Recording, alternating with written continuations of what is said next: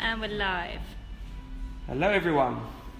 You may notice a difference in voice, and you may also notice a difference in hands.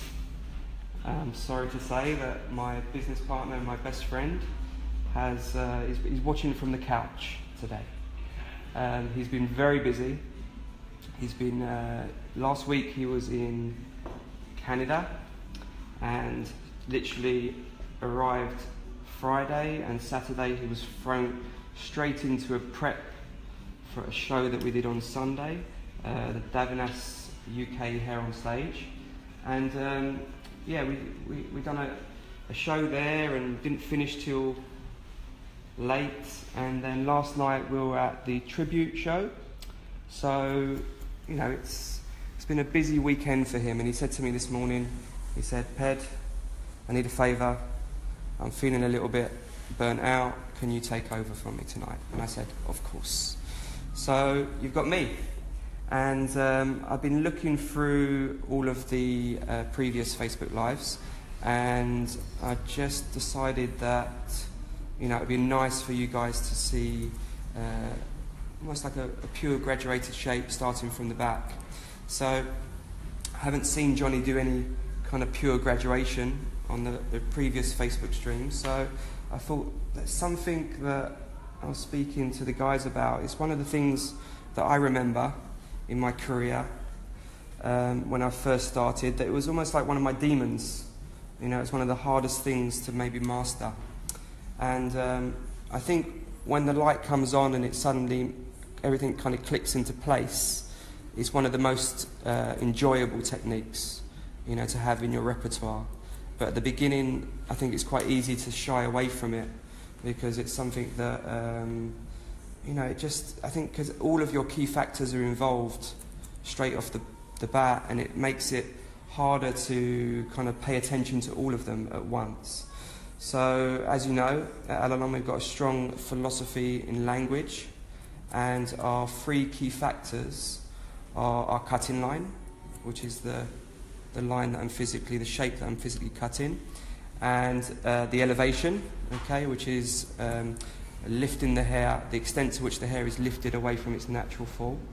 And then also there's the over direction, so whether I pull left, right, away from its base or its natural fall also.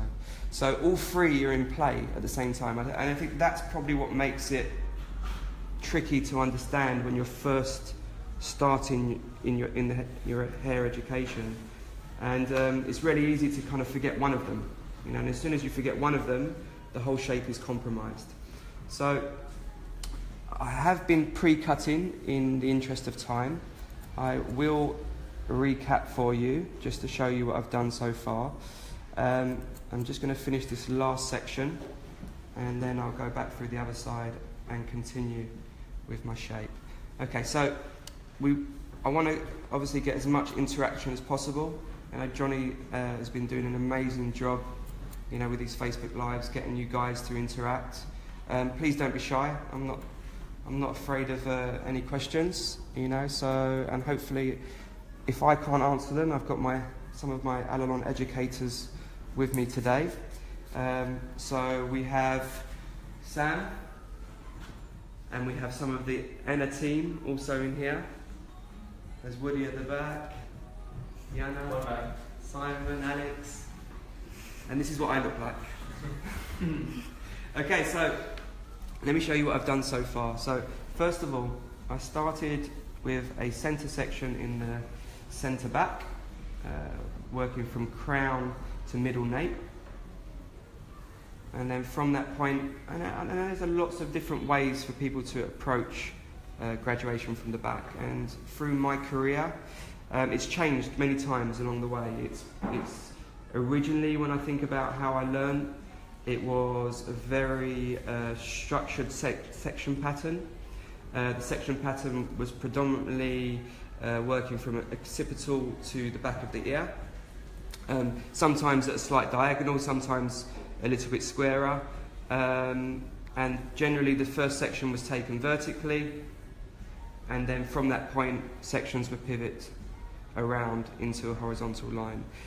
Now my approach has changed slightly.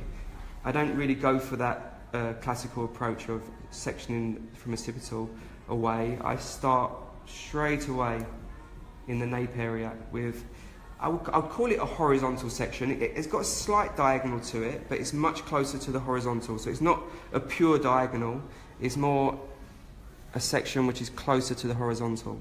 All right, and I start in the nape, and I work straight out from the base at the beginning. So I cut with the elevation straight out from its base and the over direction, and as I work through, I cut section 1 and I comb section 1 up to 2, and I comb section 2 up to 3, and I cut, and then at that point I need to make a decision. Do I continue to work on its base, or when am I going to start to implement a build-up of weight in my vertical shape?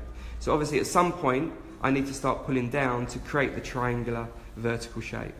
All right, so that could be on section 3, it could be on section 4, it could be on section 5, it could be on section 2 that I start to pull down. It really depends on how you visualize that vertical shape being. Obviously if you want that vertical shape to be quite flat, then you wouldn't introduce the over direction down straight away. You would start on the base as high as you like. So in this case, on section 4, I started to pull down. All right. So when I got to section 4, I started to introduce a little bit lower elevation, and that way I'm starting to build more of a triangle shape vertically. And then section 5. So you could say section 4 was taken to section 3, and then you could say section 5 was taken to section 4, and then you could say 6 was taken to section, you could say 3.5 or 4.5. You don't have to go always one difference, depending on what you want that vertical shape to be. Obviously, if I start to pull down more at the top, then my vertical shape will increase in weight at the top. All right, if I less, then it's going to get a lot flatter. All right, so I've worked all the way through to the roundness of the head, and I've continued with my horizontal sections, slightly on the diagonal.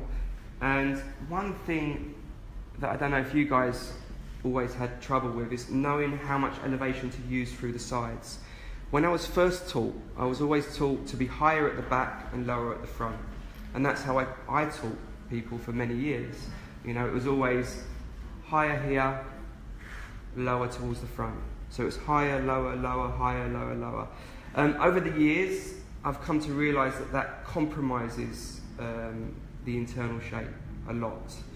So what I would recommend for people to do now, and the way I teach it now, is to just continue the elevation in a similar fashion all the way across the horizontal shape. And that way, I'm focused purely on my internal shape. Yeah, so as I work through, my elevation is here, it stays consistent. I need to make sure that my over direction isn't coming into play as well. So I'm making sure my body's moving around the chair as I'm working. So it's very important that I focus more on my internal shape. My external shape, I will deal with later.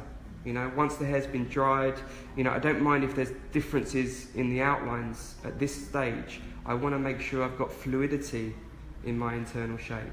Once I've got that fluidity in my internal shape, then I can put my external shape in, and then I can again reassess my internal shape that might need to be adjusted because of it. All right, so far I've worked up to this point on this side, and that's just for the interest of time.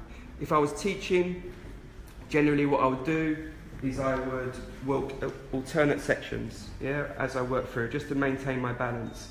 But sometimes in demonstration scenarios or in teaching scenarios, it's good to work one side at a time.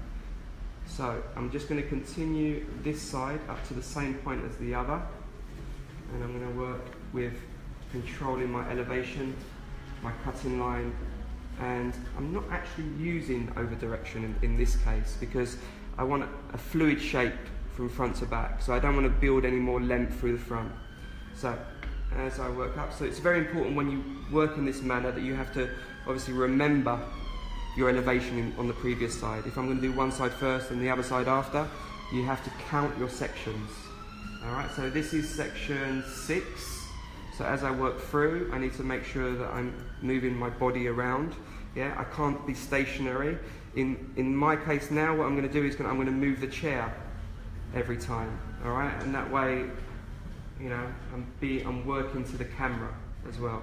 If I was in the salon scenario, I would focus on my feet, and every time I cut a section, I'll take a little small step to the left or to the right. Alright. Let me know your questions, Ben. Have we got any? Yep. Go for it. Okay. Does it make a difference? This is from Gina. Yes, Gina. Always present, Gina. Always on it, Gina. Does it make a difference if the hair is thick or fine to continue elevation to the front? Very good question. I would say, does it make a difference if the hair is thick or fine? I think if you choose to go higher, lower, lower, you're always going to compromise your internal shape. You know, so in that case, I would say I would maintain this philosophy of keeping your elevation consistent all the way through. If it was, maybe it would be the wrong technique to use if the density of hair was too fine through the sides. Then maybe what I would do is I'd probably work graduation starting from the front, working to the back, establishing my external shape first to make sure I've got enough weight in my outline, and then I'll elevate from there. So it's about choosing the right technique for the right hair type. I know Johnny's previously spoken about our fixed and variable analysis. You know, so that's really important, you know, for us to understand what the material that we're working with, the density of hair, you know, to be able to choose the best approach. I hope that answered your question, Gina. Do you visualise your external shape while you're working through the internal shape, or actually I'll leave that. That's the whole question you asked. Yeah, no, that's a good question. Who was that question from? I'm just being devil's advocate. Ah, that's a good question from you, Sam. I like it. Okay, so do I visualise my external shape while I'm cutting my internal? Yes, it's very important. Obviously, if I've had a consultation with a client and I want to discuss, the length that we're going to go for at the front, and I'm starting in the back, then it's really important that, you know, that I am aware of where my internal shape is travelling, and how much is it going to give me the opportunity to do what we've agreed to. You know, so if I'm going for corner of the mouth, you know, with my choice of length or the jawline or cheekbone, you know, I have to be able to visualise where my internal shape is travelling. A good way to think about it is what's going to be the highest point. The highest point of my external shape is going to be in this area here. Alright, so that's where the highest point of the hairline is naturally. So that's almost like my indicator of where my external shape is going to happen later on. So for people at home who are watching who struggle with graduation from the back, yes, if you could give them maybe 2 pieces of advice of things to look for or be aware of that might change their approach or their technique, things they might be scared of that they're not really understand how to control, what would you say? Graduation from the back, key messages from that, I would say one of the biggest things was the things I said at the start, which was really important to commit to the internal shape first and worry about your external shape afterwards. Obviously you have to respect what external shape that you've agreed to with the customer and bear that in mind when you're choosing them lengths. That would be a big one. Focus on fluidity, focus on your key factors, body position. I think moving, not being stationary, in your body is key. So every time you cut, I'll show you on camera. So if you stand there, Harry, I'll show you what it would look like if I was in the salon. So I would cut here. As I finish cutting, I would move. Yeah, so it's almost like I'm directing the hair to this point in me all the time. If I feel like I'm off there, I know that that's going to compromise my horizontal shape. Yeah, so I'm always pulling to me. So every time I cut, as I cut, I move. So cut, move. When you younger, and what part of this haircut did you struggle with the most, and how did you rectify it? When I was younger, what part of it? Don't say you don't struggle with it. No, I did. This was one of my demons. I remember doing my classic presentation, and how old was I? I was 18 years old, and I had to present 12 models, different haircuts, and one of them was graduation from the back. And I remember failing miserably at it, and my assessor, the person that took my test, he said to me, "What are you doing?" I said, "What do you mean?"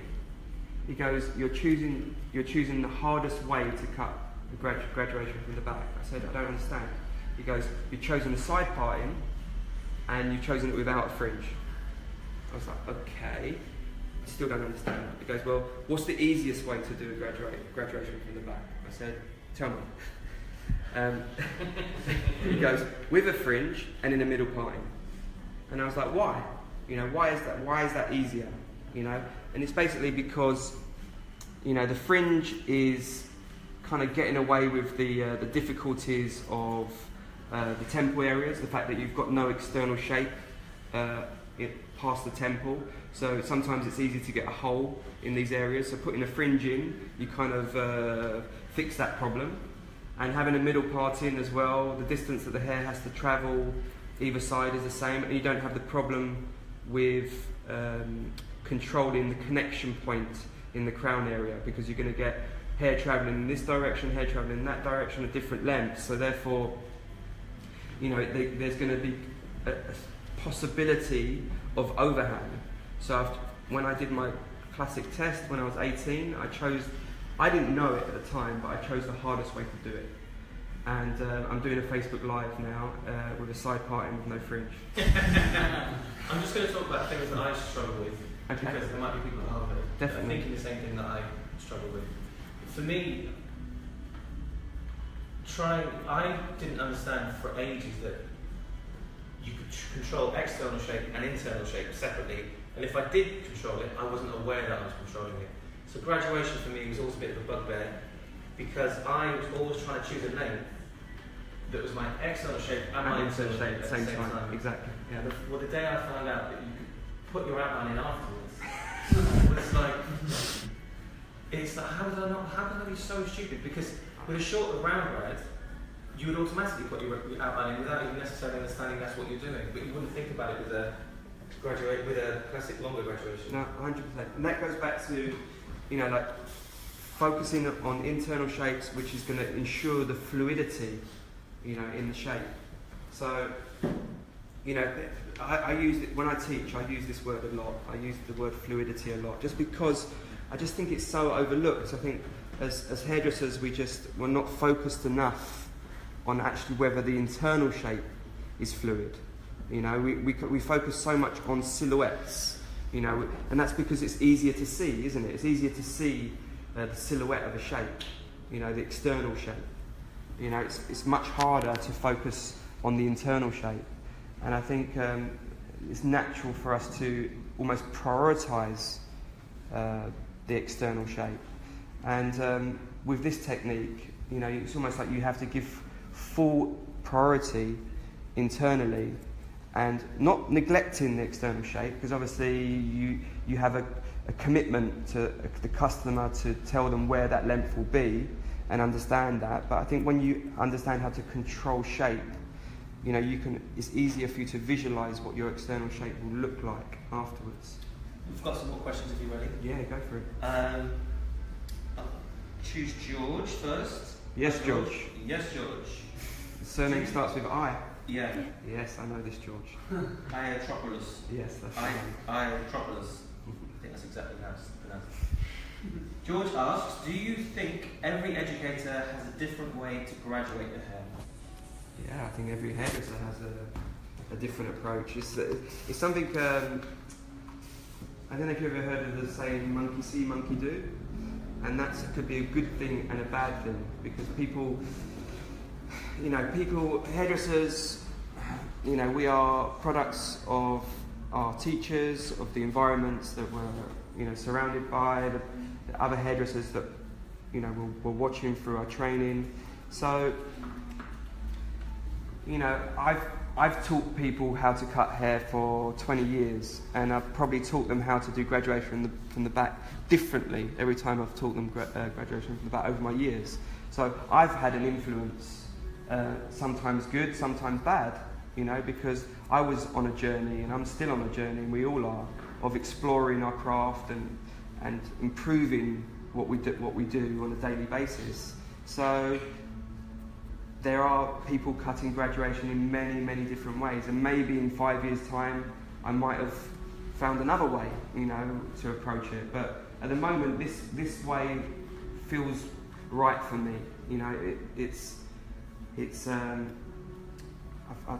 I feel like I understand it more than I've ever. So focusing internally first and then externally afterwards, for me, is the key to this technique. But yes, George, I think many people approach graduation, many people approach haircutting in different ways, and that's part of what we're trying to do at Allilon. We're trying to be able to influence the industry in the way that we think there is a positive influence on the industry. All of the years that we've been exploring our craft, our job is to kind of give that back. Gianluca asks, he's got a question, but I'm going to turn it round, and I'm going to ask his question to the people watching, and I'm going to get them to answer. Ready? So he's asking, your cutting line is controlling your horizontal shape, question mark? Basically, is your cutting line controlling the horizontal shape? So I'm going to ask the people at home for their answers, and we'll see what we get. Because obviously the cutting line is controlling it, because how would you remove it and just cut it? But what else is controlling it?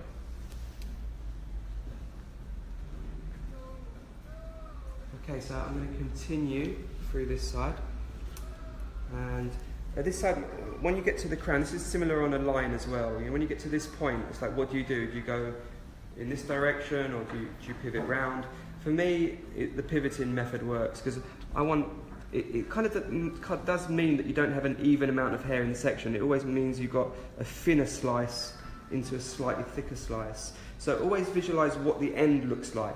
All right. So if you think about like a pizza or a clock, at the end it's always a little bit thicker. All right. So that choice of shape is going to be dictated by how thick I want. I don't want that section to finish too thick at the front and start off thin, because then when I'm using it as a guide for this part, it's going to be too big. So I'm kind of visualizing something really thin, and then as big as I would like the section if it was all the same. Alright, so just large enough there and small enough there for it to kind of pivot around. And then as I work through, it will continue with little slivers, just through there. It's almost like half a banana, or does that make sense? Half a banana. So it's kind of like thinner, wider, banana cut in half. It's not getting thinner again. So we've got our answers. You ready? Yes. Actually, I'm going to wait a bit longer. I'm going to see. We've only got two answers, and they both say different things. So I'm going to wait and see if anybody else wants to Interesting. give us their. Another question we had earlier from Gianluca as well. Actually, is, are you using the same elevation at the back and the sides? Which I think you did touch on earlier. Yes, I am. At each section, I'm focused on my internal shape to be the elevation to be the same. I'm not. When I used to cut this haircut, it was also always high, low, low, high, low, low. But now it's consistent as it all the way through. Okay, so again, another little sliver pivoting from that crown. This is the tricky part as well with working from a parting, is to understand the direction of hair. All right, so if we swing around with the lights a little bit better here, H. Okay, so think about the root. This is something that we teach a lot at Allilon, is to focus on the root. And whether that's working with elevation or over direction, is to focus on the direction of the root. All right, so that would influence my body position. So as I look at this, direction of the root. I want to make sure, like we said before, that it's coming to my chest, to the centre of my chest. Alright, so as I work this, I cut here, then I take a little step, and then I work there. One thing that will happen sometimes, because our fingers are straight, our fingers aren't on the curve, unless you're special, you have that sometimes with putting round shapes. But if you think about it, if you cut a straight line, straight line, straight line, straight line, you're going to have little corners as you go through. So say this is section 1, this is section 2, this is section 3, and this is section 4. In between 3 and 4 there'll be a corner. In between 3 and 2 there'll be a corner. In between 2 and 1 there'll be a corner. So what I like to do is I like to cut 1, cut 2,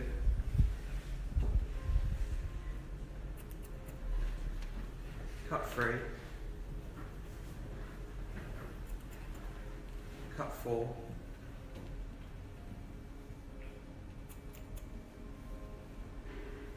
and then when I finish cutting 4, I'll go back and cut between 3 and 4, just to check there's no corner. And I go between 2 and 3, and I'll check to see if there's not a corner. And I go between 1 and 2 to check that there's no corner. And that way, it's almost like I've done 1, 2, 3, 4, 5, 6, 7. I've done it 7 times, but I've just gone in between just to make sure that it's fluid. You know, if you've got very long fingers, then you have to maybe do that. Be a little bit more aware of that, because if you're cutting in straight lines and you're trying to create a fluid shape, it will be compromised unless you come back through. We've got someone's asked. It's not really it's kind of a question. But I just want to get your opinion on it. Catherine asks, over direction means precision, but softness? ? So maybe I'll change the question. What does over direction mean? Maybe that's the best way to go about it. So what over direction is over direction. At Allilon we have we put it in 2 categories. Over direction. We put it in internal and external. And the reason why we separate it is because we believe that when you're working a line, then you can also use over direction. Alright, but that over direction, we term it as external. Alright, so say for instance, I'm cutting a line, if I pull the hair to its natural position, to its natural fall when I cut, there's no over direction. But if I pull this hair, direct this hair away from its natural fall, then I'm using external over direction. Alright, so for example, when you cut a line, more often than not, this hair here is external over direction is being used. Alright, so if I want to create a nice kind of square line, I wouldn't comb the hair to its natural position, which would be over her face. I would cut the hair with external over direction into the position that it will fall when she wears it. She's not going to walk around with hair all over her face. Yeah, she's going to walk around with hair in the position here. So in this case, we call this external over direction.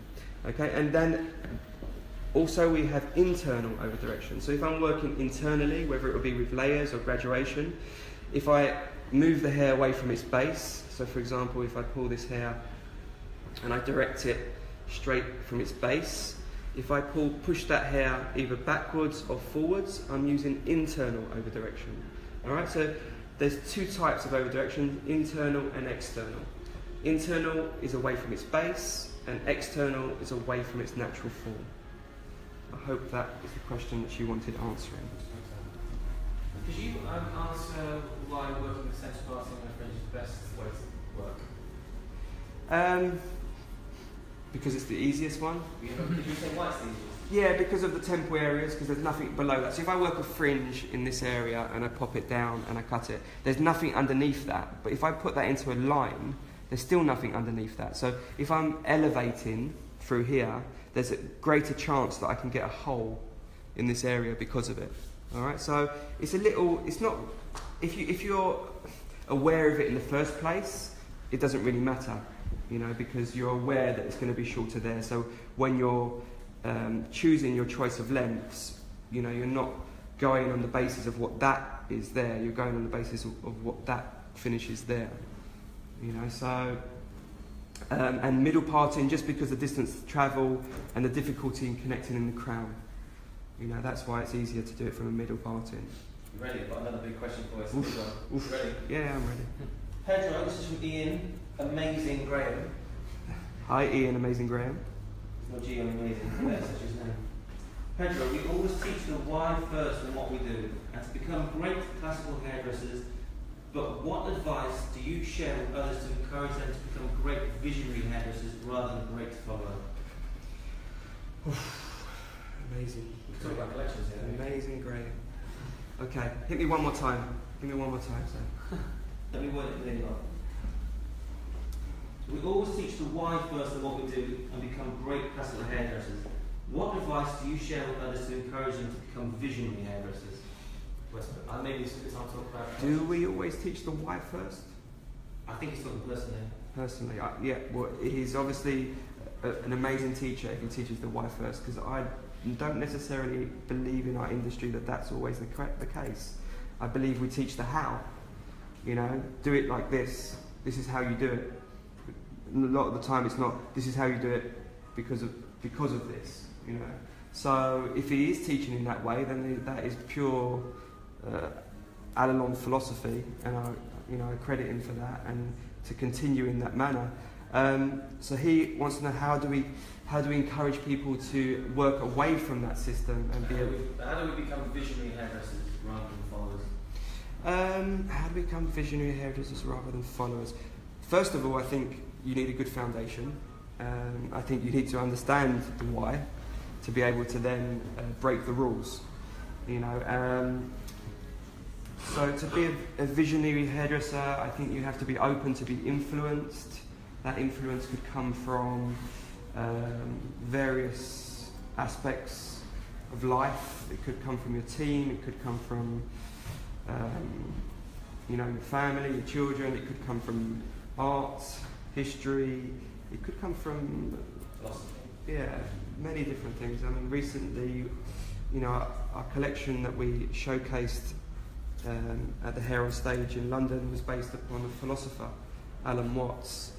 So we as a company, we kind of look outwards a lot of the time. We find human beings to be our source of inspiration. It could be what they're producing, it could be their ideas, towards the way that they approach their life. It could be their story, what happened to them in their life. It could be their approach, to their work. It doesn't necessarily have to be what they produce. It could be, much more than that. So I would say my best advice would to be open to be influenced, but not necessarily take things literally when you're being open to be influenced. Try and look maybe at,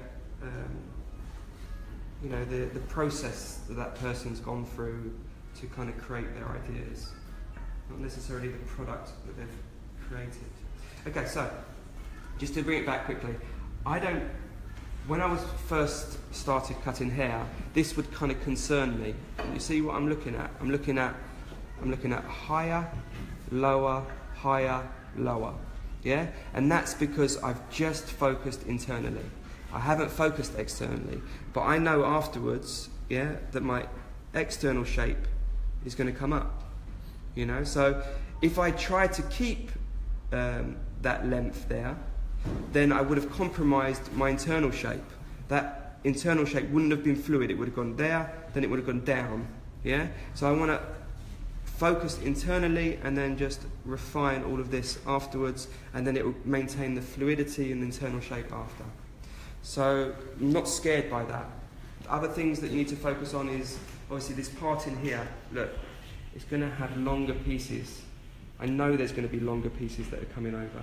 All right, so I'm aware that that's going to be the case, because the distance that this hair has to travel to fit into the internal shape is different, is greater than this distance. So there's going to be an area of disconnection in that parting area, and that's what we were speaking about before, about if it's a centre parting, you wouldn't have that. But with a side parting, that's what you get. You get that little bit of overhang. When do you deal with that? Do I pick it up now and cut it off? Me, personally, no. I dry the hair first, I assess the direction of the hair, the way that the hair wants to fall. This parting that I've chosen when the hair's wet, it might change in angle. It might go a little bit more diagonal, it might go a little bit more that way. And I want to, when I'm drying, I want to find out where this hair wants to go. And when I know where that hair wants to go, then I can best decide where I connect it into. Can I ask if anyone in the room wants to ask a question? I want to ask how important is the head position? How important is the head position? I think when you're... Yeah, I think when I'm teaching, I think head position could be an amazing thing to support your technique. For example, I know Johnny's touched on it a lot, and it's about the quality of your life. We need to cut hair over a career, and if we compromise our own posture to create our shapes, for me that is a big no-no. We need to be able to work for many years, and not worry about having a bad back. And I'm sure there's a lot of hairdressers out there, that suffer from. Me. You. Anyone else? No. You. So body position can play a huge part in making it more comfortable. So head position can make it a big part in making it more comfortable for you as a hairdresser. Just little things like tilting the head forward when you're cutting, or tilting the head back, can really change your body position. And I think the question that you've always got to ask is, are you comfortable? Yeah? And I know that kind of people are probably maybe thinking, well, what about the client? The client, is she comfortable with head forward, head back, head there, head here? Well, she only has to sit there for 60 minutes every 6 weeks and have her head do that. Where you're standing for 8 hours, and if you're doing that, that's going to have a long-term effect on you. To move the client's head backwards and forwards, a few centimetres just to make it for your posture to be, correct, I don't think is bad service. So I've just used a little bit of blow dry primer from Your Hair Assistant, a great product from Davanas, and also I'm using a little bit of oil as well just to hydrate the hair. So the blow dry primer is going to give me a little bit more control with my wrap dry, and the oil is just going to give a little bit of food. And Simon's got a question before we get blow dry. Yes, let's do it. Simon. Yeah, Pedro. You've done the internal shape first, and chosen the graduation to suit the local model that you have here, and then you're going to follow through on the perimeter shape afterwards. You're not concerned about that. Now, you didn't go through the consultation, and the average client that we deal with doesn't always have this tremendous jawline. Could you give some sort of comment on how Suitability? Yeah. And consultation. Well, with suitability and if there are any rules that you'd look at as to what type of shape, great question, Simon. I want to ask you a few questions in a minute as well, Simon. Why you're here and who you are and stuff for the audience to know. But great question. I do something which is, I think, when I'm teaching, this is what I do. Yeah, and it sounds really silly, but when I'm choosing my lens, I say to my student, kind of ask yourself questions, yes and no questions, okay? So I'd say to them, okay, so move the hair away, ask your eye a question, do I like it, do I not like it? Put the hair in place, ask the question, do I like it, do I not like it? Move the hair up, up, up, down, down, and trust your eye to help you make that judgment. Don't just kind of just pull a length out of the air. Use your eyes to kind of decide, okay, so if I take that away, does my eye like it? If I put that forward, does my eye prefer it? Ask yourself questions constantly. And then your eye is your taste, isn't it? So then, okay, so how high do I take this? Do I push it higher? Do I keep it lower? Ask yourself questions constantly. And I think that's the best advice I could give. When I spoke to Mads about her choice of length at the front, I said, I love your lips. I think they're a good feature. I think we should point the line at the lips. You know, and that's where my mind is at the moment. I quite like that length that's there. I like the way it's bending and moving. So I've kind of given myself, you know, like a centimetre to work with. You know, so if I want to take it to a lips, I can. Yeah, but if I want to keep it a little bit longer, I can as well. You know, so I haven't committed exactly on a lip when I was doing the internal shape, because then there might be an imperfection around the ear area that might compromise that choice. So I've given myself a little bit of comfort zone to work with, but it might turn out that I might leave it that length. You know, so I always like to get almost like a commitment from the customer to make sure that they know they're happy with where I'm kind of aiming for in terms of length. But then, you know, if I knew that the customer was nervous about the choice of length, something that I advise a lot as well is to, in your repertoire of work, to be able to work from the front or the back and to create the same technique. So if I can create the same technique starting from the front or the back, and I've got a customer sitting in my chair, and I have the ability to start from the front or the back, then they might be uncomfortable about the choice of length. And sometimes you start in the back. It's a bit like a client psychology. You know, so if I start in the back, they get nervous. Like, where's it going? It feels too short.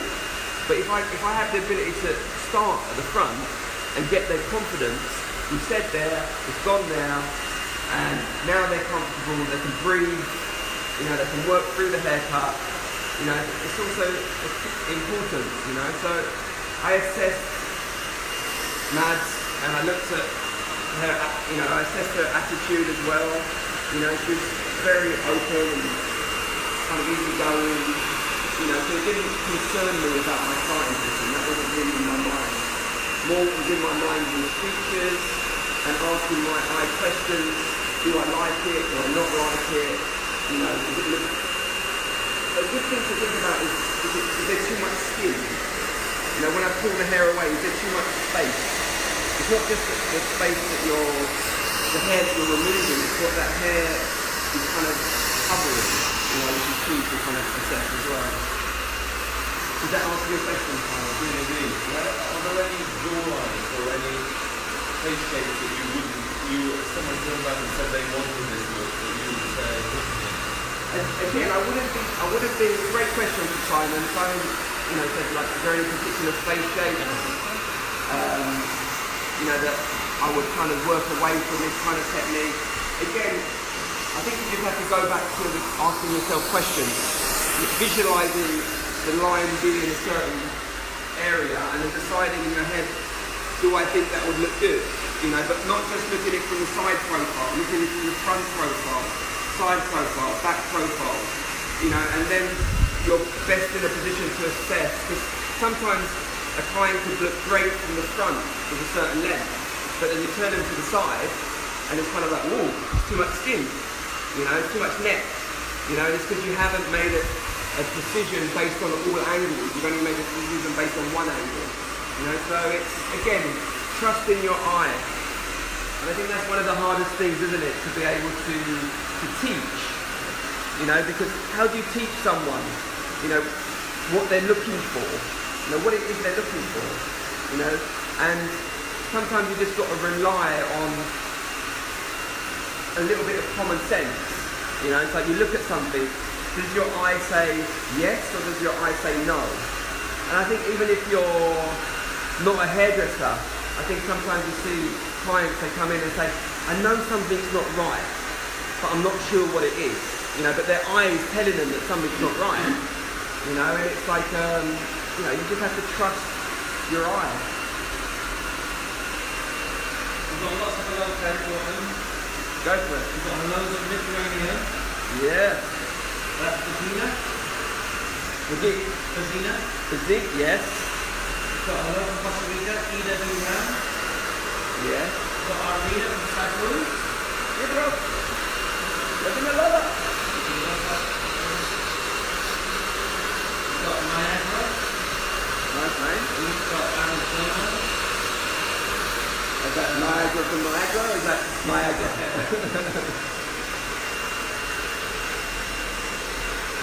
I don't know.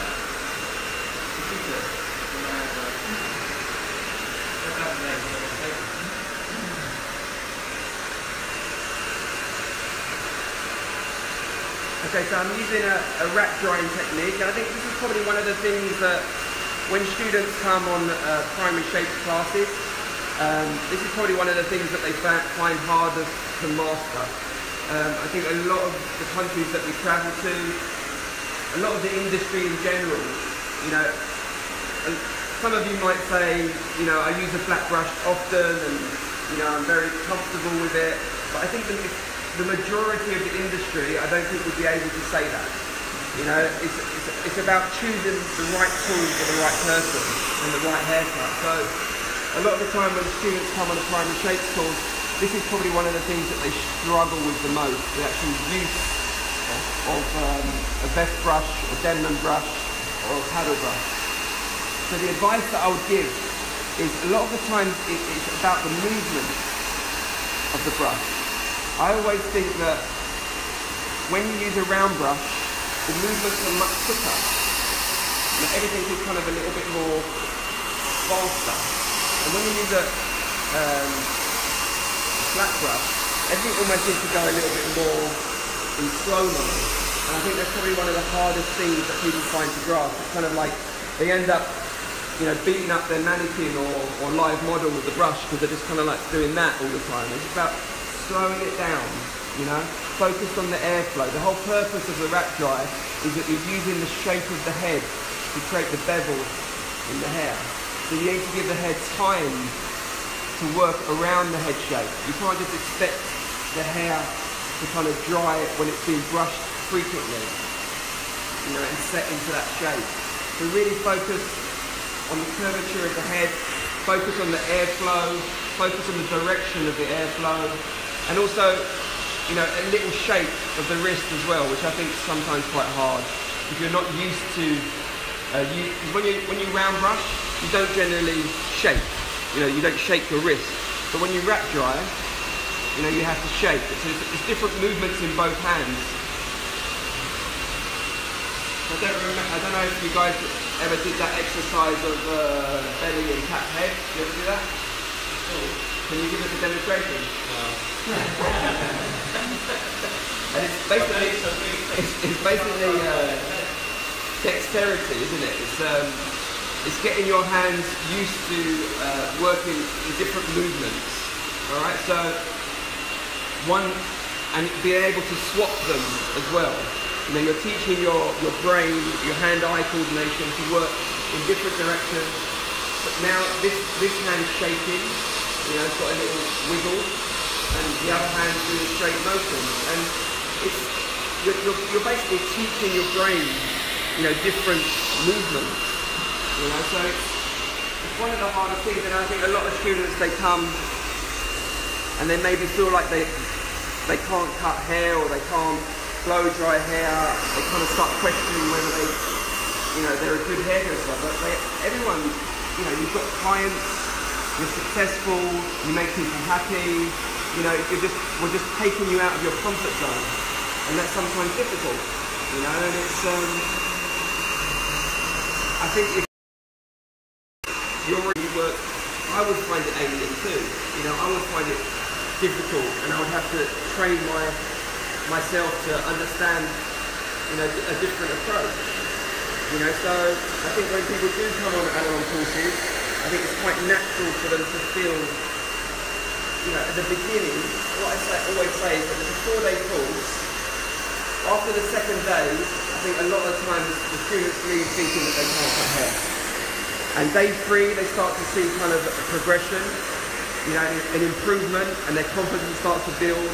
And by day 4, everything starts to kind of get clicked into place, and they start to kind of feel like everything, all of the information that they've been given is now starting to make sense. So what I'm trying to say is, you know, it's important to understand that when you're wrap drying, it does have a different process, and if you're not used to it, it can be quite a tricky technique to kind of master. So a good thing to do as well is on the crown areas, just to really kind of work that in different directions. You know, we spoke about the fact that I've cut the hair from parting. I want this crown to tell me what it wants to do. I don't want to force it to do anything that it doesn't want to do. And the only way I'm going to do that is by getting the airflow controlled and even. I'm not setting it in any particular way. I'm changing hands, you know, to be able to move the hair in different directions. And as you can see, I haven't picked the hair up once. I haven't tension dried. I haven't put the hair through the brush. Yeah? I've only stayed focused on wrapping the hair. And I think sometimes we're too eager and too quick to want to get the hair through the brush. And what I tend to do is before I do that, I tend to rehydrate. So I almost layer products in stages. So I'll do products when the hair is before the blow dry, products before I'm going to tension dry, and sometimes even products before I iron, and then sometimes even the fourth one product to finish. You know, so product shouldn't just be maybe one phase or two phases. Sometimes it could be 3 or 4 phases. It's just listening to the hair again. So I felt that Mad's hair was just looking a little bit thirsty. You know, so I needed to respond to that with a little bit of oil, just to kind of give it a little bit of nourishment. So people who don't wrap dry in their role usually, what would you say, and are looking to do it, why should they, and what are the things to look for so they don't go wrong? One is probably give yourself time with the tool, you know, to understand the movements and the motions.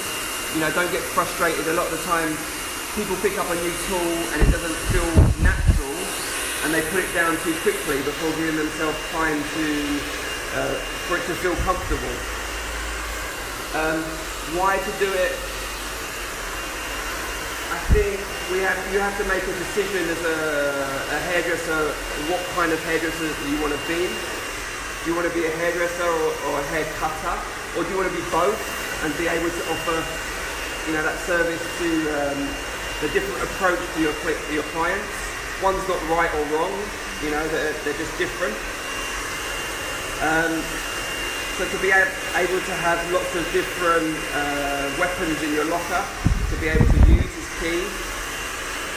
And we believe that by using a flat brush when we're cutting hair, it gives us a greater chance of showing imperfections. You know, that's what we want to do. We want to be able to see the imperfections, to be able to then go in and improve the haircut. So sometimes using another tool may hide the imperfections, and that's not really what you want to do. You want to kind of be in a position where you can reassess the hair. Did I get you, Sam, or? Yeah. I was just gonna, when you stop loading, I'm going to talk about 2 factors again. Any other questions from the guys in the audience? There was a guy earlier asking if we are going to do DVDs. To talk about how many we've done, So the question is, will Allilon do DVDs? Never say never, but in my opinion, at the moment, the way I'm thinking, it will be a no. So, and the Allilon approach would be why. So why no?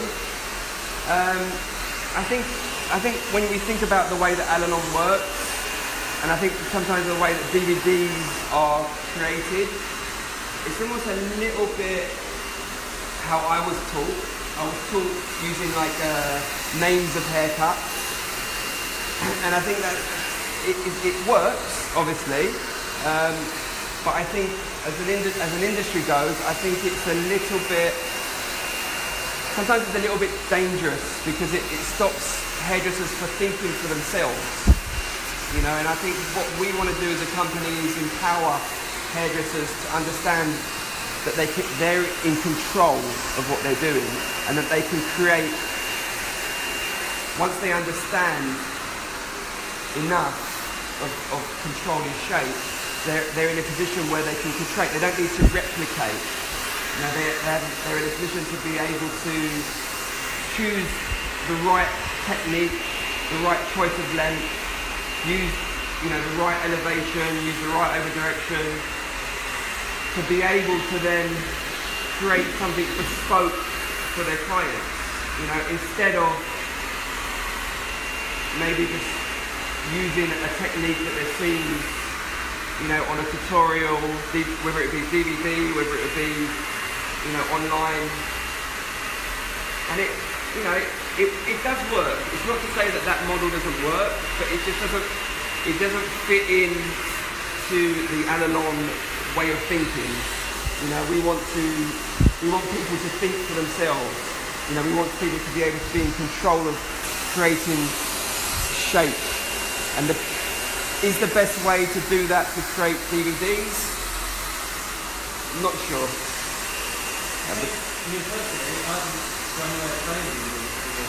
Say again? I don't even have a way of playing DVDs. You don't even know the way of playing? How to play? On your PS4.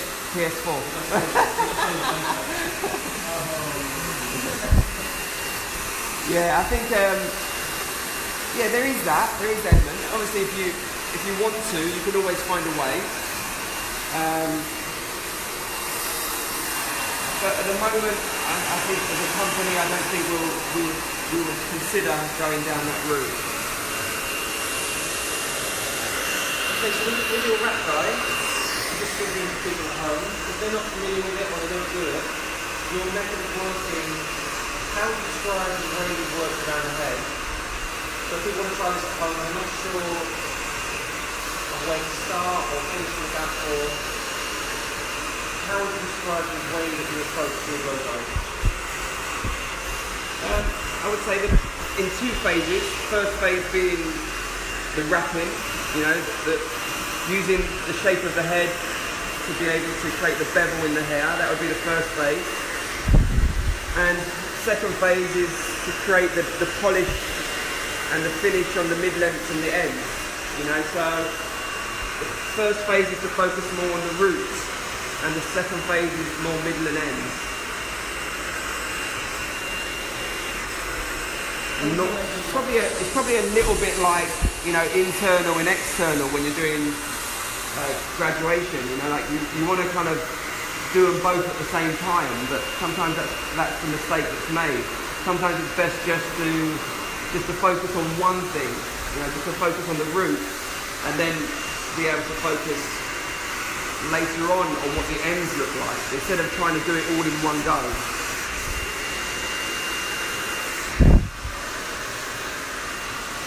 How important is choice of length in the first two sections? Kane, talk to me. How important is choice of length when you go from the first two sections to the back? How important is choice of length for the first two sections in the back? It's everything. It's the thing that's going to define the end result. It's the starting point. That's why I always say to students, we have a saying in Allilon which is called Kokomo. Anyone know what Kokomo means? What does it mean, Kane? Good. So comb once, cut once, move on. The only time for me that doesn't apply is on a guide. Because on a guide, sometimes you need to assess how the hair responds. You have to assess how the hair reacts. So that first section, if you don't respect it, then where are you going with the whole technique afterwards? So guides in the back, guides in the side should be always given a little bit more time, to assess that choice.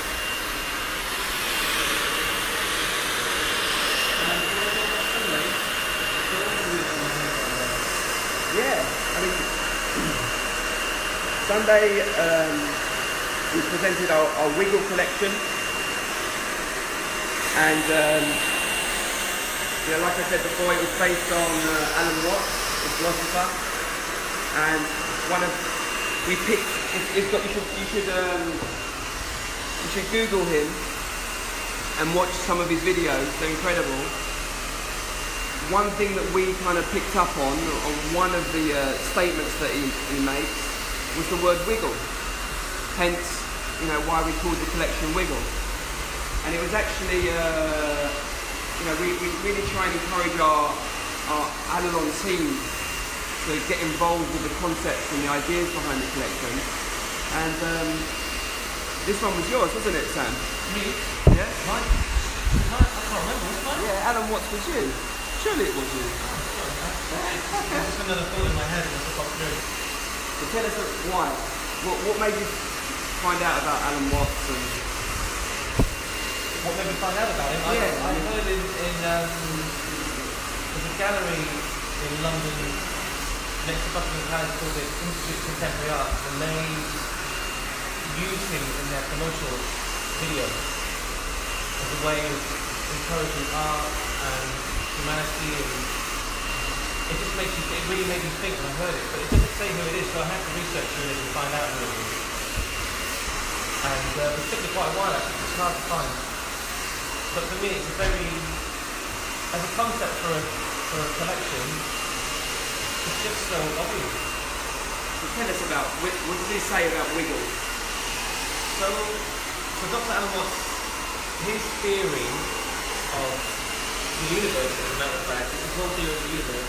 Just the universe? Just the universe, yeah. I'm sure you've heard of the universe, it's a new concept.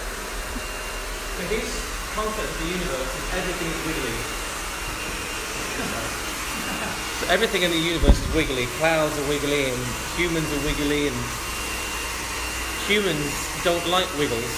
And you can always tell when humans have been around because we put straight lines in things, we live in straight lines and we frame everything and we control everything, and that is could not be more obvious in hair for me. Because we have got wiggly hair and we try and make it straight. And we think we've made it straight and we think we win, but really you never win. You just win for a little bit. So we call it the illusion of control, because exactly what Pedro's doing now, it looks like he's controlling it, but he's not going to win. He might win for a little bit, but eventually he's going to lose. Eventually nature will take over. Eventually nature will take back over again. So the wiggle will come back, and then it's just back to square one. We have to try and, as humans, control the wiggles because we can't explore them and we don't understand them, unless it's with curly hair. And then the more wiggly the better, really. I love curly hair. We didn't do a single curly look on Sunday. You didn't, did you? No. Next time. But with collections, I find sometimes it's an amazing idea, but it's very hard to connect it to hair. The connection is, although the theme is strong, the connection can almost let the theme down. But with this, I just thought it was so obvious, and it's such a great description of what hairdressers do. Because basically, all hairdressers do is try and control wiggles, and that's what humans do with everything that we've in our lives. So we've got a collection of humans trying to control wiggles. So talk us about the video. The video? Yes, the wiggle video. What did we try to... The video, which we should put online soon actually, which we showed on Sunday at the Hair on Stage, it's a bunch of images contrasting and juxtaposing with each other. So my favourite actually juxtaposition in it is an eagle flying, and then the next shot is the wing of an aeroplane. So they're doing the same thing. Is that yours as well? Yeah, I like that. Yeah. So they're doing the same thing, but one of them's doing them the way nature intends, and the other is a straight line, trying to control the airflow, which actually I've just realised, when it comes off a wing, turns into a wiggle anyway. Yeah. Back to nature. Back to nature, yeah. So we create something that makes us fly, and we end up just making wiggles anyway. But the video is I was really impressed with the video. It says a lot. But when you look at Earth from above, especially places like Barcelona and cities with grids, the effect that humans have on humanity, nature, and the world is very obvious. And as a company, especially as with our relationship with Davines and our salon Enna, our relationship with nature is very, very important. So something as visual as just taking a look at Earth from above. And New York is a very obvious thing to say, but Barcelona really surprised me. Barcelona is literally a bunch of squares. Like New York is blocked, all different shape blocks, but Barcelona is perfect. It was in Brasilia from the. Is that the one that's on the hill? It's the capital of Brazil, and it was designed by the architect. The other one that Johan really likes. Pele. Anyway, a really famous Brazilian architect, and he basically designed everything in the shape of an aeroplane. The whole city was designed in the shape of an aeroplane. Really? Yeah. The whole city? Yeah. We've got some more questions. Okay. Sorry, I've put the phone down, let me catch up. Sorry, you're wiggling it. I was wiggling, now we're going to straighten up a little bit. Okay, so before I iron, I'm going to just pop my little outline in. Okay, so I'm going to use this as a guide, all right, the highest point of the external shape. All right, and then I'm going to work up from there.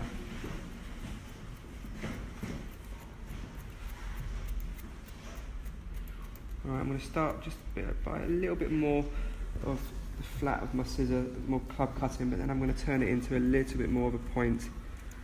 All right, and then what I do normally is I just have a look where the ear is, yeah, have an indication of where that is, so I know how far I can go up with my blades. Just a little insurance policy. Thanks. I was telling people yesterday, Claire, when we were talking about the kit roll, that we took the safety off the scissors. Is that still the case? Safety? There was a safety, so you don't cut yourself. Johnny asked us to take the safety off. I'm not sure if that's on the old scissors. Maybe it's on the old scissors. Doesn't ring any bells, sorry. I remember the conversation. We should have asked him.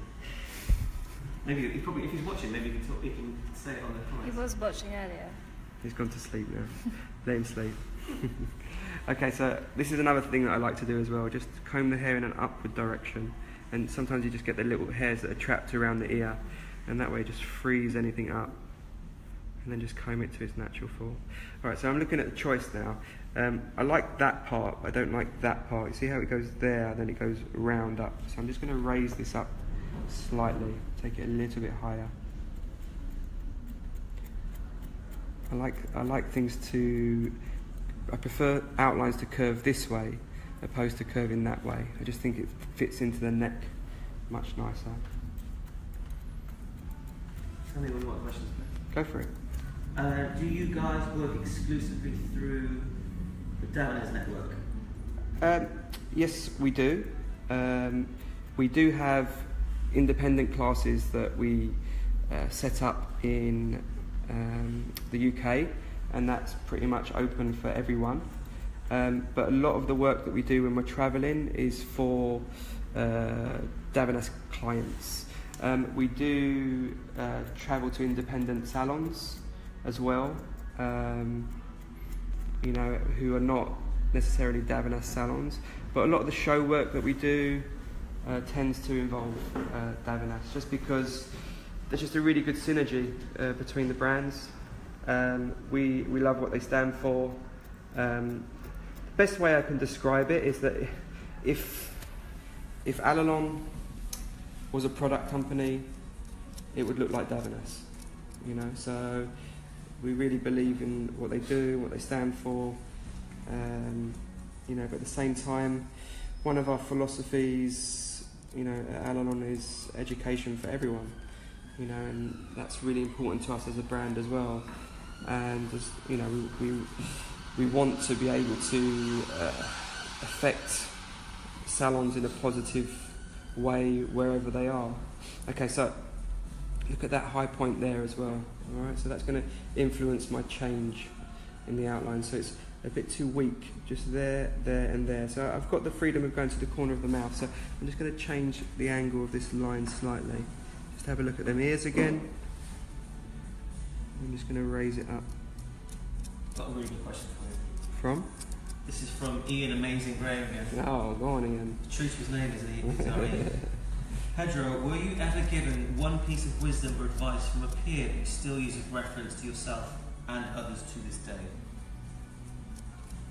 I've got one from Janice, actually. She said always be nice to the nice ones. Yeah, I was given good advice once, and it was from my uncle.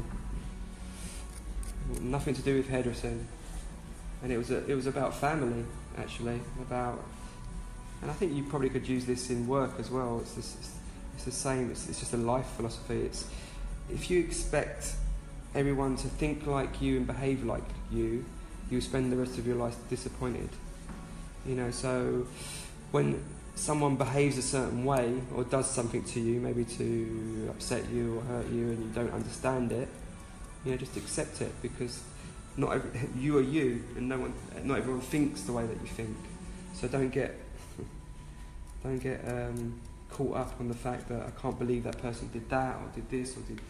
At the end of the day, we're all individuals, so we all think differently, we all behave differently. So don't get upset about that. Let it go. Let it go.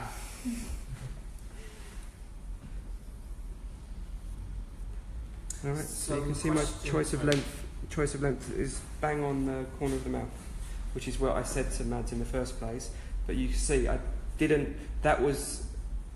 lot of it's been created by my external shape, the highest point there and the highest point there. That was kind of my indicators, and it hasn't compromised my internal shape. My internal shape still has the fluidity all the way through. It doesn't suddenly hit a point and then look heavy and solid. It kind of works all the way through. Okay, so just going to clean Mads up a little bit on that side. I'm not worried too much about the outlines here. I can clean them up later. Now I'm going to spin around and go for the other side.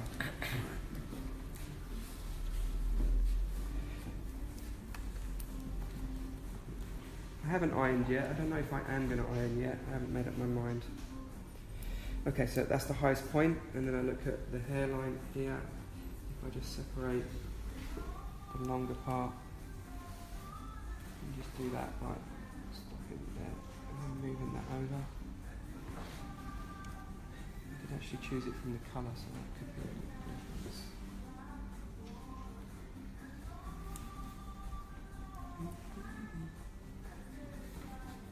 So can I introduce you to Rossano, one of our newest members? Yes, Rossano. He's standing there with his hand over his mouth like, please don't. I already asked if he said that. So, Rossano. Yes. Say hello to everyone. Hello everyone. So Tell us what you did with the colour, Rossano.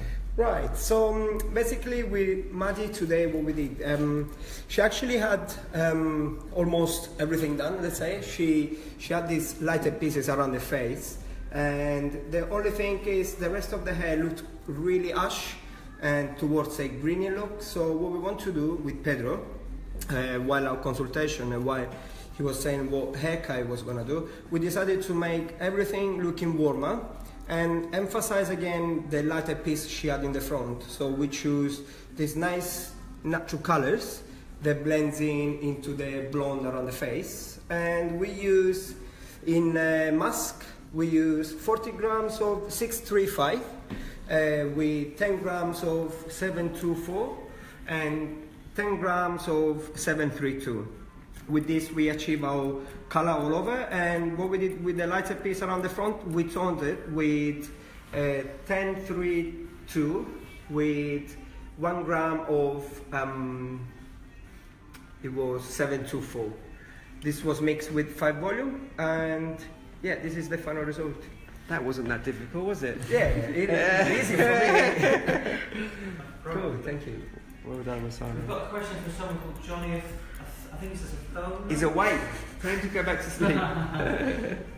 He says, how does it feel to be the best person of a two-man directorship? I mean, it doesn't say that. How important of an impact do the outlines have on a shape? Johnny says. Yeah, we touched on it a little bit earlier, that I think sometimes as hairdressers, when we're cutting when the hair's wet, I think we try and focus too much on the external shape, you know, because the external shape is the fun part, isn't it? It's the bit that everyone wants to do, you know, and the external shape for me is the thing that sells something from a distance. You know, it's where the eye kind of focuses on, isn't it? So if you get the external shape in nicely, it's going to have a huge impact on the visual result. You know, so and I think we, as hairdressers, we probably just rush a little bit too much to try and do that first. So we want to do that nice, the bit that makes us, you know, excited first, instead of focusing on the internal, which is going to give us, you know, that base to work from. So yeah, it's massive, you know. But then, you know, it's really important not to neglect, you know, what you do, you know, your structure, your internal shape. John, who came in from Belfast yesterday, says thank you for an amazing centre of excellence. Amazing show on Sunday night, great buzz in the salon from an inspirational work. Who was that? That's John that came in yesterday. He was talking. Thank you, John. We had a great time on Sunday, wasn't it? It was great, yeah. You know, we had all the team backstage helping, you know, and it was just, just really, really nice. It ran really smooth, I think. You know, I was ill for the week before, and I just turned up on Sunday, and the team had everything under control. You know, so I just turned up, done one haircut, and I was good. And that's what the importance of having a great team. That's another thing, another one of my sayings. What's my saying? Sorry, Johnny's written another question. Oh, is it? No, what are you saying? Yeah, what's my saying? You know what my saying is? My favourite saying. Your favourite saying? He was good. You are only As good as the people that surround us. Yes, that's the one. You know, so if I'm on a show abroad, teaching, or, you know, my team is somewhere else on location, you know, everyone's been trained, everyone's pulling on the same rope, everyone knows what standards are expected, you know, so everyone's representing everyone, so that's key. So earlier we asked the question, what was controlling our Who internal asked? shape? And two people replied. One said, Michaela said, cutting obviously cutting line and over direction, and one other person said elevation and over direction. And what do you think, Sam? What's all three? Okay. I thought if you want to recap at the end. Yeah. But only two people attempted. I think they're nervous. Well, the two people that attended also are people that have attended Allilon courses, haven't they? Yeah. You know, so they're aware of the language. Some of the times, I think the fear is that you don't understand the language that we use, so it's probably best not to say anything. That's the safe bet, you know. But that's not what Allilon's about. You know, we want to encourage interaction as much as possible. There's no such thing as a wrong answer. Even, you know, the language that we use, just because we use it, you know, doesn't necessarily mean, you know, that everyone has to agree with it. You know, the people that agree with it, the people that you know, follow Allilon and, you know, want to follow a philosophy and a mindset, and, you know, not everyone has to follow it, you know, and it's not for everyone as well. Got another question. Go for it. This one's more about organisation now. Alex Yoman says, hi, I love Allilon. I'm 26 and I just took over the education as technical director for my salon. I have massive amounts of training and I have so much information in my brain, but I'm struggling to get it out and organised. Do you have hints? Do I have hints for getting the information out of his head? Putting it down on paper. I think that's the problem a lot of with the hairdressers. They keep everything in their head. You know, they need to be able to put it down in a system and create structure to all of that information. And that was the first thing that, you know, when me and Johnny started our company, you know, we spent a lot of time together just talking about hair and how it should be communicated. You know, what is our philosophy, what is our language, and it never stops. You know, our language is forever evolving, we believe it's improving constantly. You know, the likes of, you know, Sam and Harriet and, you know, Jonathan and Kate and Johan and Graham and Madeline, all of our Allilon educators are constantly challenging what has been created for the purpose of, you know, trying to make things as best as they can be.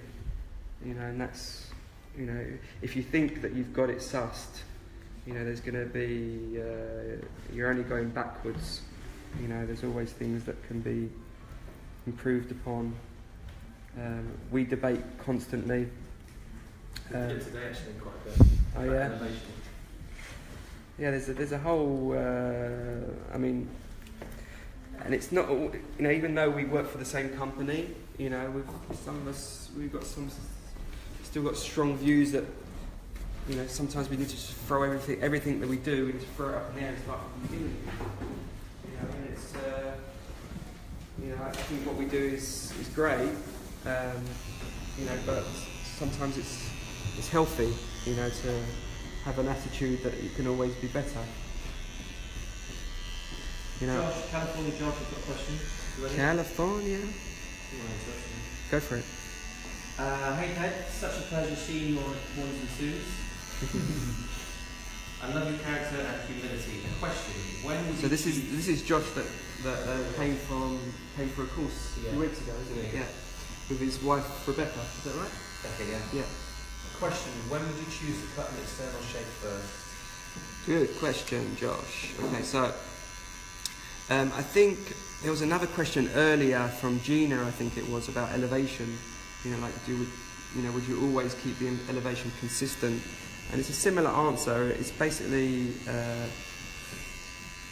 based upon, you know, your fixed analysis. You know, so if I have identified that there is density issues potentially around the sides or maybe all over, then I need to make a decision, you know, based upon, okay, is it best to work internal first or external first?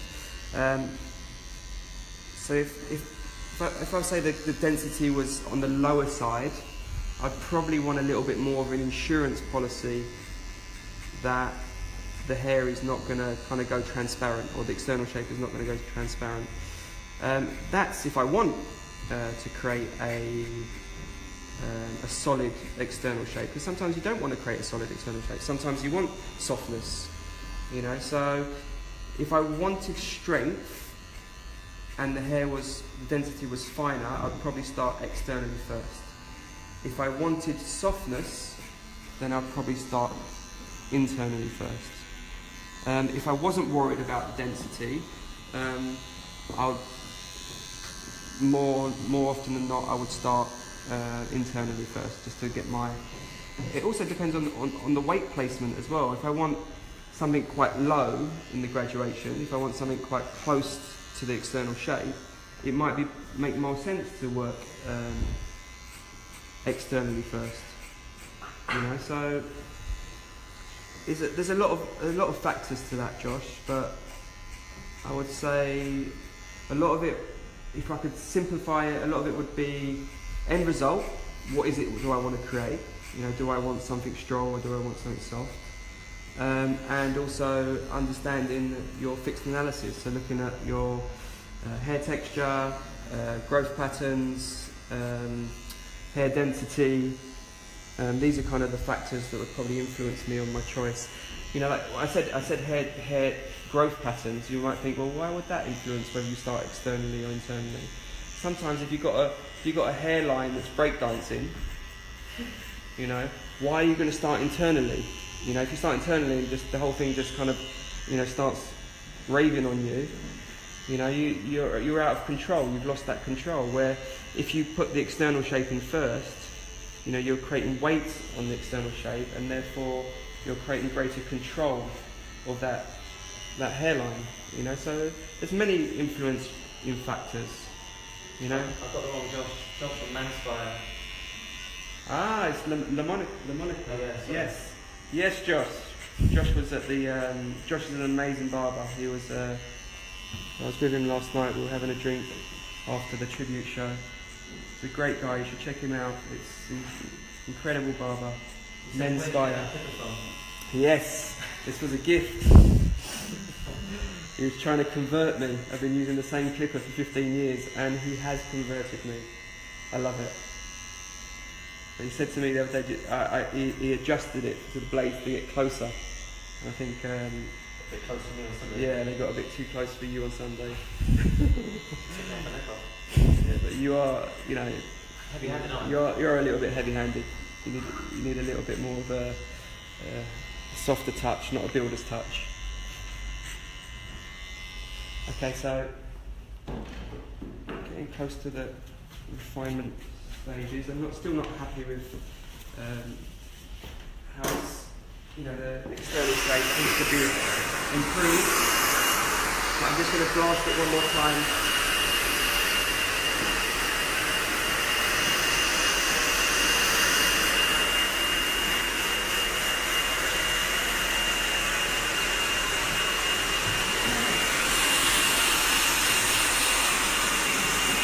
When it comes over this side, we've got that little bit of disconnection, and that's because of the parking, the travel distance that the head is to travel over.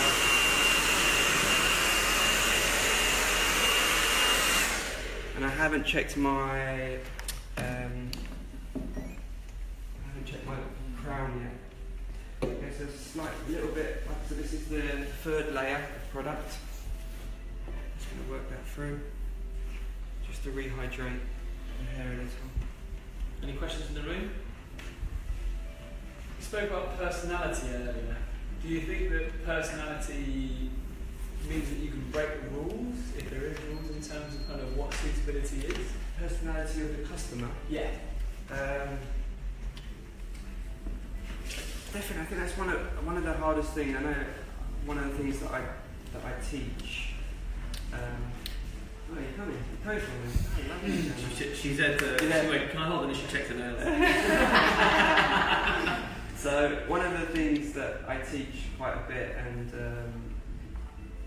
is suitability. Okay, so for me there's two types of suitability. All right, there is the one where if the client didn't speak, if the client didn't have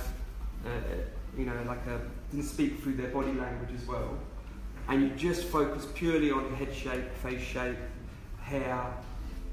You as a hairdresser need to decide what the optimum length and technique is for the person. Yeah, would you agree with that? That you can, if you didn't have the restrictions of the customer's personality or confidence or maybe lack of confidence, you know, you could choose the right hair, right haircut, right choice of length for each customer. But that's not the reality, isn't it? You know, the reality is that there's so many influential factors that are playing a part, and then factors are there is a human being, you know, sitting in the chair. So the key is to, as a good hairdresser, has the ability to almost analyse what kind of human being that they have in their chair in a very quick amount of space of time. You know, it's a tricky skill, you know, and it's one of the things that is probably one of the most difficult things to teach. You know, how do you teach someone, you know, to sense someone's character and personality in a short space of time? You're fully booked, you've got a new customer in, you know, you've got 10 minutes, maybe 5 minutes to assess what it is would suit that person. You could do a quick assessment of what it is would suit that person in terms of hair and body shape, face shape, but you also have to assess them, you know, their character as well, you know, to get that suitability right. And if you don't consider that, then what's the point? It doesn't matter if you do the best haircut ever and they look amazing, if they don't sell it, you know, if they don't wear it with confidence, then you've failed as far as I'm concerned. It doesn't matter if you pick the haircut up and say, yeah, but my line's clean and my shape's right and the choice of length's good. Well, if someone's not feeling it, you know, they're not going to wear it in the way that it deserves to be worn. You know, and that's because we've only done half of our job. You know, the other half is the understanding the human factor. You know, and I think sometimes as hairdressers we're a little bit too much focused. So there are some hairdressers who I think are too focused on the maybe on the way that their clients, because clients come in a way where they protect themselves, you know, because finding a good hairdresser is hit and miss, isn't it, for a customer? How do they know? Just because there's a reputable brand on the door, just because it's priced a certain amount, you know, it's not a guarantee that they're going to get a good hairdresser or someone who understands their needs and, you know, what they like and gets them, you know.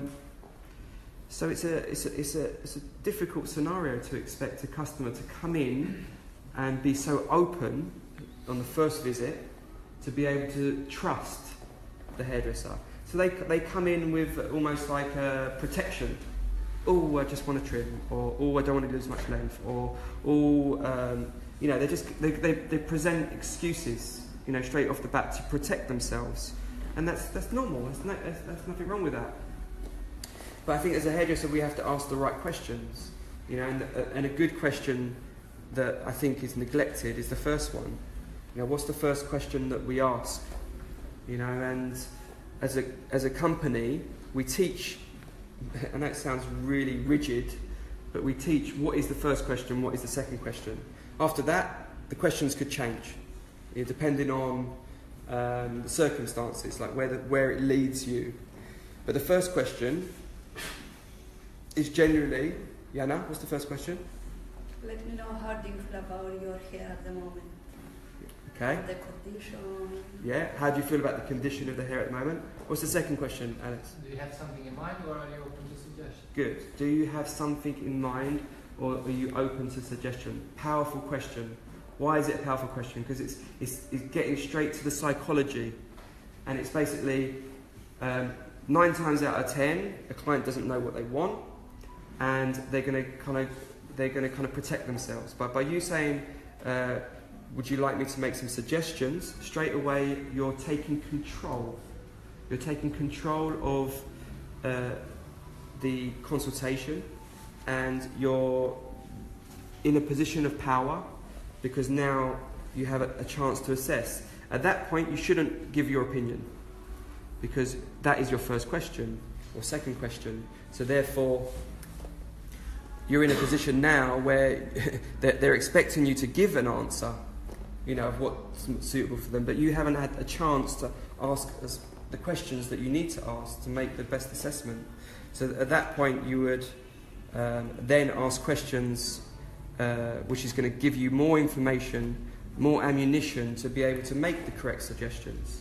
So you're going to ask questions about, did you like your hair last time? Did you not like it? What did you like about it? So you can start to use that information to communicate that you're listening. You know, because a lot of times customers just want to be listened to. You know, they just want to understand that you get them. You know, and by you using their words, you know, and reaffirming their words means that you're listening. You know, I go to the gym, I need to tie my hair up. You know, by you turning around 5 minutes later and saying, you know, I think the choice of length should be here because this will still give you the ability to tie your hair up when you go to the gym. Straight away, they're like, trust. Okay, he's listening to me. He doesn't want to cut my hair off because he's a hairdresser who just loves cutting hair off.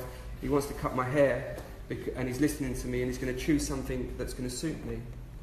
You know, so long way around that question, Jake. Thank you for the question. But in answer to your question, it's really important to understand the psychology of the character of a customer, you know, and it's something that I try to teach the guys, you know, that work in our salon, you know, but it's a really hard thing, you know, it's experience as well, you know, and knowing when you got it right, you got it wrong, you know, where did it go wrong, and 9 times out of 10, where does a complaint client come from? It comes from a hairdresser not listening, you know, not listening to 1 or 2 key things that the customer wanted, you know, and you focus on the things that maybe you wanted. you know, or you were prioritising. Okay, so I'm just going to check this crown. So to check this crown, I need to start again, like I said, start to assess the natural fall, the direction of the hair. Alright, so, and also looking at the overhang on this side. So if I was to connect that, I don't think it would compromise the other side so much. And that would make it versatile as well. I don't always connect this part. How is that affecting your initial parting then? What do you mean, how is it affecting my initial parting? You cut it with parting on the inside, yeah. but now you've brushed it over to that from the left hand side to the right hand side. All I've done really is I've almost, see that little tiny corner that's just gone off there, that's all I've done. I haven't affected that, I've only affected just that tiny little bit there, you know, so it depends, and that way I know that if she wears it left, right, you know, or in the middle, it's going to work. And I think that would, no, I don't always do that. If a client says, I always wear my hair in that parting, and I don't move it, then I wouldn't do that. Okay, so I'm just moving the hair around, I just brushed it back, allowing the hair to fall. You know, you see these bits now here that are hanging over, that doesn't look great for me. You know, if the wind blows and, you know, that moves away, that's not going to work. So I'm going to connect that in. So how to connect that in? A few ways. You could just come across the parting and just pull that up and come across the top and take that little corner away. Or you could come to the natural position and just work, you know, with the points of your scissors and just blending it in. I like to kind of get to where it wants to be naturally more, you know, so I like to look at it where it is. Instead of being floating up there in the air and not knowing the consequences, you know, of what I'm doing, I like to be a little bit closer to where it wants to be. So I'm just going to... Bobby Charlton's. Yeah, just get rid of the Bobby Charlton's. It's an English joke, so those of you around the world apologise. There was this football player in the 60s that had a very eloquent haircut. He was going bald gracefully and had an area of disconnection that covered the receding area. And when he was running, playing football, it was very obvious that he was losing his hair. Yeah, just bring parting alongside, basically. Yeah. He couldn't wear a hat, He couldn't wear a hat when he was playing football. So I'm just getting rid of those slight areas of disconnection running through the parting, just using personalising and refining techniques, a little bit of pointing, and I'm just going to move it around, you know, see if there's anything else, you know, just move that hair over and see if anything else falls, you know, just kind of swing it and move it a little bit. Yeah, the reason why I do it a bit more freely is because if I was to cut it technically, it would probably compromise this area. So when that hair would travel back over, it would raise up too much from the sides. Okay, so last thing I'm going to do is I'm just going to refine my outlines using the mirror, which I think is a great tool to be able to use. Just using the points of your scissors. I'm happy that we went to the lips. The lips were, I think, you know, is a really good feature that we're highlighting. Okay, so just around the ear areas. Again, remember what I said about combing the hair in upward direction. So comb the hair up, allow the hair to fall. Sometimes you find them little ones, you know, it's the worst thing, isn't it, when a client stands up, you take the gown off, they're walking out the salon, you know, and then there's a little bit of hair behind the ear and you're like, 1 minute, do I stop, do I not stop, do I tell her, do I not tell her, you know, and it's just, you know, if you just comb the hair up, you know, a few times. Would you do that along the length as well, or just length this? If it was below the jaw? Lines as well, yeah, lines around jaw, in between jaw, definitely. Greatest camera lady, Harriet. Well done, H. Doing the wrong job. Thanks. Not just a pretty face. Okay, looking again It's sweaty hands, isn't it? at the curves. Looking at the curves. You know, using techniques like, you know, just visualising, making sure that Mads' body is straight, head is straight, tilting head forwards, and just kind of visualising the height, This one's just a fraction lower. Are there any free hand or personalisation techniques that you don't prefer or you stay away from, or are you happy to use all of them? Just know, it's like anything, you need to know when to use them, isn't it? When you need to bring it out. You know, you've got tools in your ammunition, you need to understand when to use them, when not to use them. That's another part of Allilon philosophy. So this one, see, it goes there and then it goes there. It's a bit too like straight lining. It's not as curved as the other side. So I need a little bit more of a curve in there, I think. Did you see that? Does that make sense? What I just said? So just to bring that up, just in the middle. So it's keeping that, and just getting rid of a little bit of the middle. Where's the ear? There it is. Great to hear your thinking, Deborah, on this, because very often we all get the same dilemmas. I mean, to hear you reaffirm it is Speaking out loud. Yeah. First sign of insanity. Talk to yourself. But you see that curve, how it's curving now. Before it was like two lines. It was one line, then another line. Now it's one line. Does that make sense? Make it floor bust man. Fluidity. So fluidity in the internal shape, fluidity in the external shape. I'm all about fluidity. Message of today. Okay, so that's pretty much it. I hope Mads likes it. It's been nice, it's been enjoyable to cut your hair. Thanks for having me. You're welcome. Thank you for Asano for a great colour. Yes.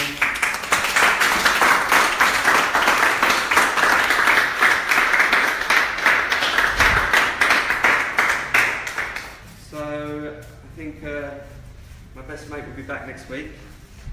But I really want you to, the guys who watch every week, I really want you to experience and I know Johnny does as well, wants you to experience the rest of the Allilon team. The likes of Harriet, Sam, Kate, Jonathan. I know you've already seen Kate and Madeline do some work, in a joint group, but I think it'd be really nice to get them individually behind the camera on these Facebook Lives. Okay, so thank you guys. Thanks for tuning in, and you want to do a spin? Okay, back. We'll just give it a little spin. All right, so graduation starting from the back, working with your elevation, your cutting lines, creating a triangular shape vertically and a round shape horizontally. Hope you like it. Thank you. Woo!